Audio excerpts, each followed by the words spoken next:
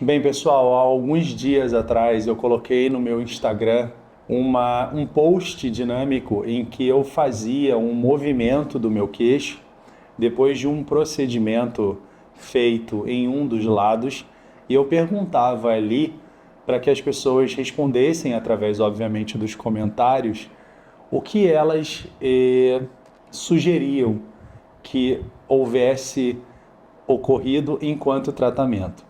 Vamos lá, que a gente vai conversar, além de dar a resposta, obviamente, sobre o que aconteceu aqui no meu queixo.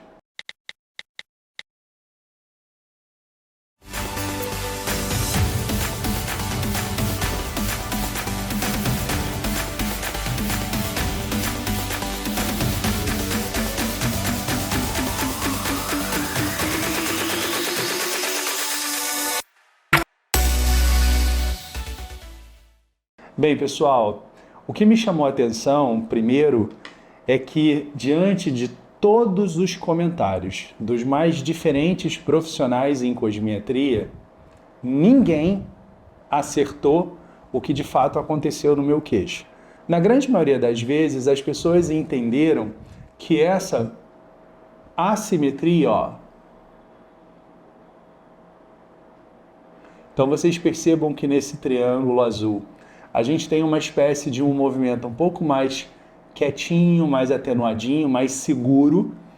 E eu coloquei uma seta branca vindo lá de baixo, porque a sensação que dá é que o queixo ele realmente movimenta para cima e faz uma espécie de uma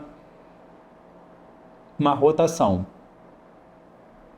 E aí as pessoas entenderam essa assimetria como sendo um efeito de toxina botulínica feito mais de um lado do que de outro, ou pegando o depressor do ângulo oral de um lado e não pegando do outro. O raciocínio não é de todo equivocado, né? A gente sabe que a gente tem dois músculozinhos que não coincidem com esse triângulo azul. Aqui eu quero mostrar uma outra coisa, mas que é o depressor do ângulo oral, o DAO. E aí, se o nome é esse, quando ele contrai, qual é a função desse músculo? É isso aqui, que ele deprima, que ele puxa o canto da boca para baixo. Então, quando eu venho com um ponto de toxina e acerto o DAO de um lado e não acerto do outro, é óbvio que eu vou modular o movimento de forma assimétrica. Mas aqui, quando eu coloco esse triângulo azul, o azul é para já dar uma pista para vocês, que é a cor que em geral a gente representa a água, né? Porque não dá para a gente representar com nada transparente. Então, isso aqui não se trata de neuromodulação, que é o termo que a gente usa para toxina botulínica. Isso é miomodulação. Surgiu um Leonardo falando aí do fundo, normal. É você, Satanás. A miomodulação aconteceu porque eu tive o meu C6, ó, até o Apple Watch agora tá afim de falar. Tá todo mundo vivo nesse vídeo. Oh my God! Esse triângulo que representa aqui o C6 é para mostrar para vocês que essa areazinha um pouco mais quietinha do queixo coincide com mais ou menos a área de C6 à luz dos MD codes e, portanto, esse ácido hialurônico sobre a musculatura desta região age como uma espécie de uma bigorna. E aí o que a gente fala em miomodulação é basicamente isso, que ácido hialurônico por debaixo do músculo atua como um facilitador do movimento.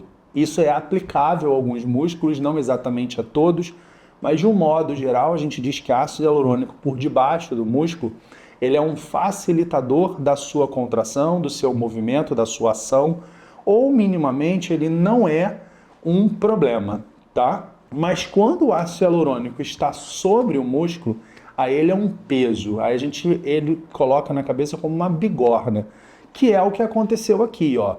Então, o meu movimento, quando eu faço essa carinha triste de bebê chorão, vocês percebem que o lado direito do meu movimento parece que a rodar, porque ele está totalmente ativo. E o lado esquerdo está mais preso.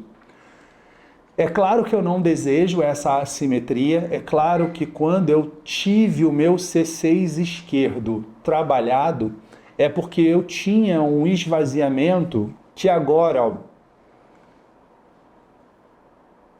me chama a atenção também do lado direito, e claro que ele será tratado, mas o lado esquerdo, para mim, era mais proeminente, e eu achei interessante parar por aí para que vocês entendam a miomodulação na prática. Quer dizer, no momento em que eu recebo o ácido hialurônico de um dos lados, eu tenho a minha movimentação mais reduzida, o que fica muito claro quando esse músculo é um músculo bilateral, quando ele é um par de músculos. Um lado tratado ficou mais seguro, o lado não tratado exibe o seu movimento absolutamente na íntegra. Aplicações práticas disso, então.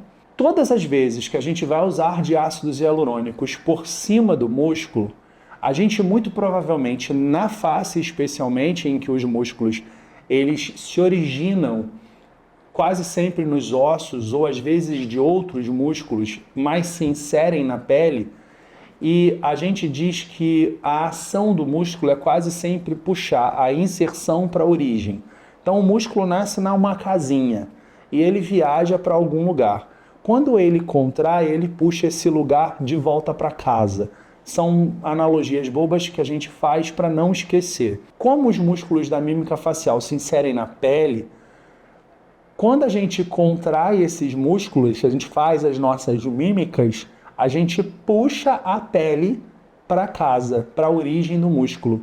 Qual é a questão na prática? A mímica facial, que obviamente é o principal objetivo dessa ação, mas com a desvantagem de produzir rugas de expressão. Então eu vou ter mímica, eu vou ter expressão, mas junto com a expressão o que advém dela, que são as rugas, sobretudo quanto mais envelhecida for essa pele. E, diferentemente de apenas entender a toxina botulínica como uma ferramenta que modula o movimento, a gente precisa entender que o ácido hialurônico por cima do músculo também tem esse papel, ficou claro aqui no meu queixo. Então, quando a gente faz um skin booster, que é um ácido hialurônico, obviamente não volumizador, não preenchedor, mas aqui no subcutâneo, da região do acordeon, quando a gente faz um ácido hialurônico aqui periocular, na região por cima do orbicular, por que quando o paciente sorri,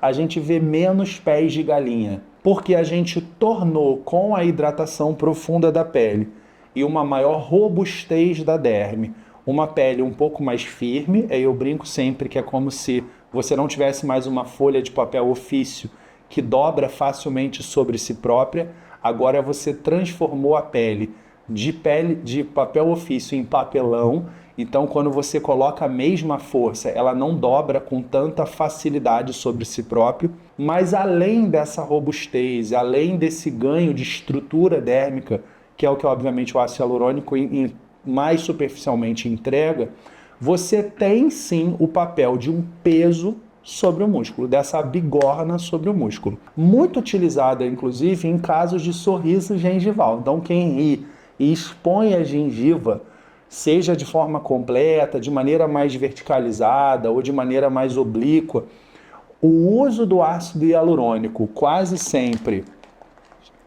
nessa região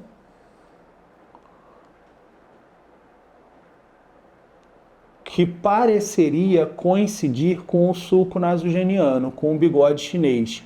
Como aqui está passando as fibras do elevador do lábio superior e da asa nasal, do elevador do lábio superior, já um pouquinho de fibras dos zigomáticos, a gente, na verdade, prende um pouco, então aquele sorrisão muito amplo que mostra a gengiva de um paciente com sorriso gengival, por causa desse peso, dessa bigorna, vai ter o seu movimento miomodulado, não neuromodulado. Então, doutor Léo, o senhor está querendo dizer que a gente tem que abandonar o Botox para essa intenção? Não, mas a gente pode, em casos um pouco mais desafiadores, considerar que além da neuromodulação, a gente pode se valer da miomodulação.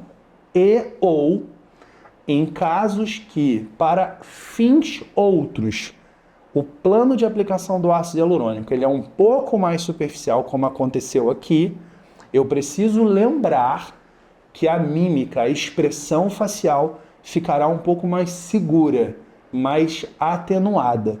E aí eu preciso compreender até que ponto isso vai ser parcialmente comprometedor ou não será comprometedor ou pode, infelizmente, ser totalmente comprometedor. E aí eu digo infelizmente porque tem sido uma tendência à naturalidade. E a gente não quer mais faces muito congeladas, sem nenhuma movimentação. Acho que nem às custas da neuromodulação com toxina botulínica do tipo A, muito menos às custas da miomodulação com ácido hialurônico. Tá certo, pessoal? Quero agradecer a vocês que tenham chegado até o último minuto. Tem sido muito importante perceber que alguns chegam nesse momento. Eu pedi à produção que, inclusive, modificasse o rodapé do agendamento das consultas para não apenas deixar de aparecer no final, como também no início, porque tem sido muito recorrente a perguntinha de vocês preguiçosinhos, e eu vou puxar a orelha mesmo. É uma pena, na verdade. Na verdade, o preguiçoso já não está mais aqui, né? Então, vou até pedir desculpa já, porque estou chamando de preguiçoso quem não é preguiçoso, porque chegou comigo até o último minuto. É verdade. Mas o preguiçoso que assiste só os primeiros 2 minutos, aí como ele não vê o agendamento, aonde que o Dr. Léo atende, como é que faz para entrar em contato, aí ele entra nos comentários: o senhor atende no Rio? O senhor atende em São Paulo? Como faço para marcar? E os contatos aparecem aqui a todo momento. Então estou aproveitando mesmo para puxar a orelha de algum preguiçoso que porventura tenha hoje, graças a Deus, ficado até o final. Que bom, parabéns, você deixou de ser um preguiçoso, tá bom? Beijo, pessoal, até semana que vem, Juízo com a Pele.